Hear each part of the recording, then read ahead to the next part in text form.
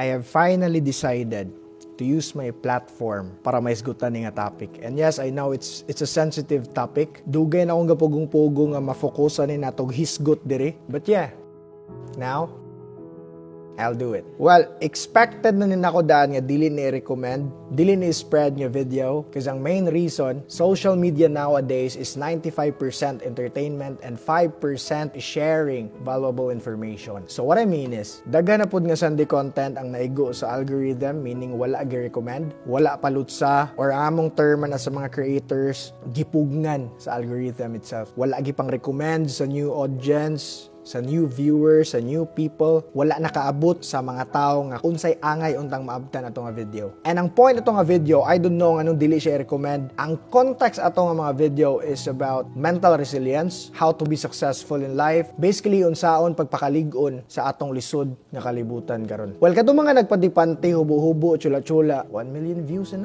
Question is, na-hate ba na ako ang platform? Na-hate ba na ako ang meta? My answer is no. Why? Because tanan nilang ipangbuhat kay base ra sa interest sa viewers or sa consumers. Meaning, if mo na imong gipananaw, mo na imong gipang search sa Google, maorsa na ilang ipang-recommend ni mga videos. Everything is business. So basically, ikaw, if consumer ka sa social media, if unsa imong interest, mo na ang mga content nga i-recommend nimo. Ikaw, if ganahan ka gubo-hubo dia, ganahan ka kiskis, maorsa na ang mga agis imong feed. Ganahan kag fitness, gym, kabantay ka, kasagaran mo agis imong feed, mga nag-gym. So tanan, business na. May it be malalaswa or di. That's why I love Meta. Munang kamo nga mga nagsubaybay sa mga Sunday contents ni Art, congratulations. Kay for me, you are the individual nga kabaw. Kumbaga, you are aware if unsay mga angay pang-inject sa inyong mind, unsay dili. Now, let's proceed to the main topic. Art is here in front of you to speak about mental health, depression, anxiety, kani nga mga butang. And of course, algorithm will not distribute this video.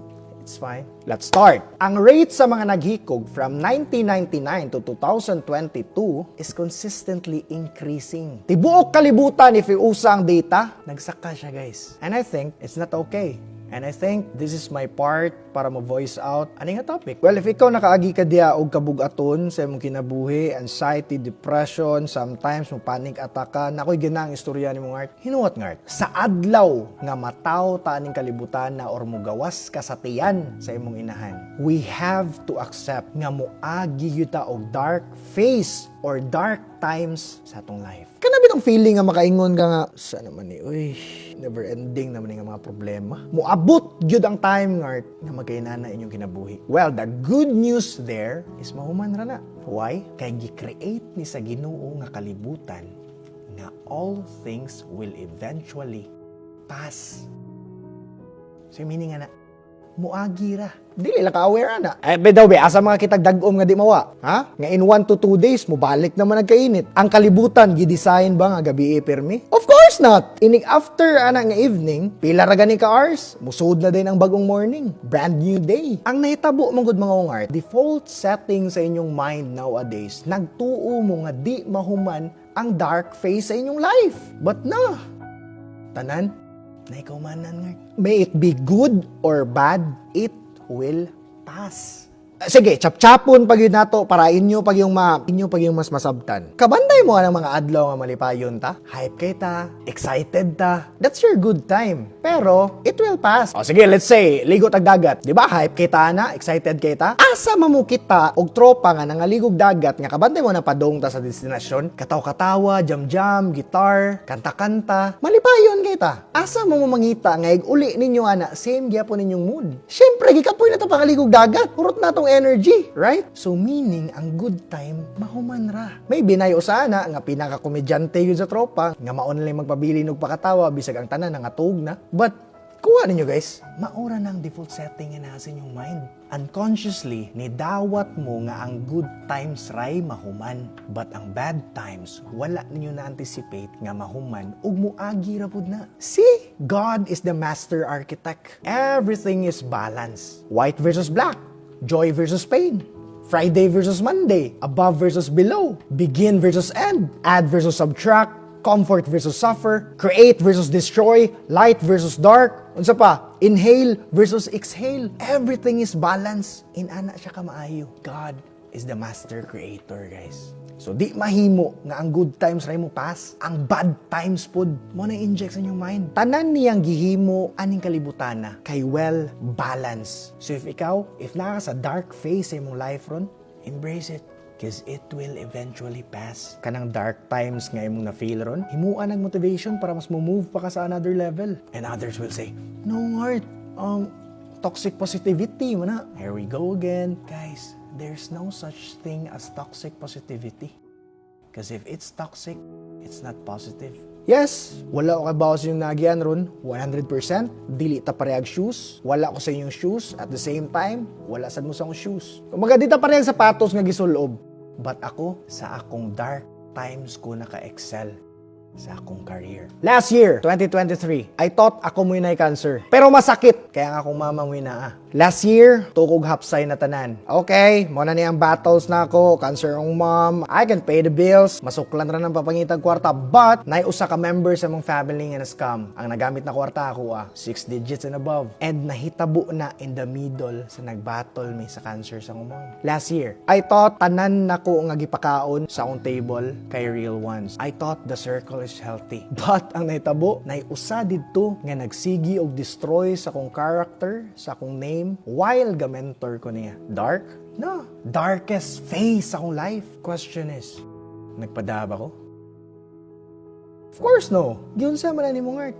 Kay akong gitanom sa akong mind, Art, nga even the bad times nga atong ma-feel, it will eventually pass. In fact, akong gi-compute akong kinabuhi, makonsider ko tong 2023 sa pinaka-dark nga phase ng life for me. Kato na time ko mas niligon. Ang gi-inject na ko sa akong mind na to is, my strength doesn't come from winning. Kundi it comes from struggles, hardships, and everything that we go through prepares us for the next level.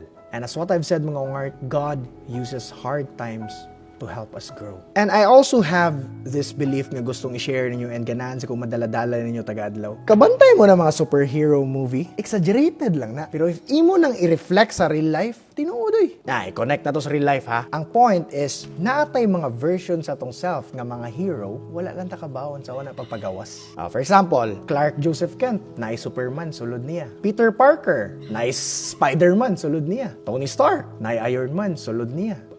Bruce, naay Hulk, sulod niya. See?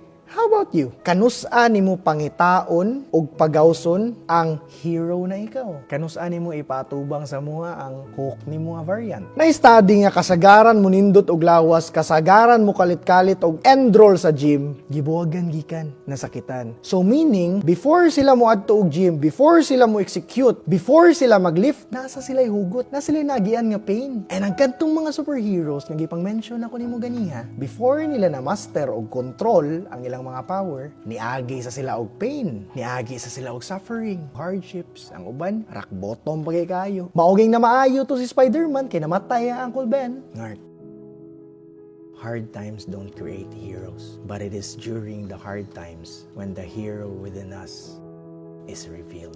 So sa tanang nag-agi ron og depression, anxiety, panic attack, naka-experience og pain, naka-experience og struggle, naka-experience og hardships, rock bottom na kaniya. Congrats! Guess what? You are in the middle of God's process to become the best version of yourself. It will pass, Ngart. Don't worry. Dili na perminti mong kalisod ron. Labay ra na. Taking your own life is never a solution sa imong problema. You know what? Na-study nga ang ilang gi-conduct nga research is gi-interview nila ang mga survivor sa mga nag-commit nga act. In the middle of committing the act, they will feel regret 100%.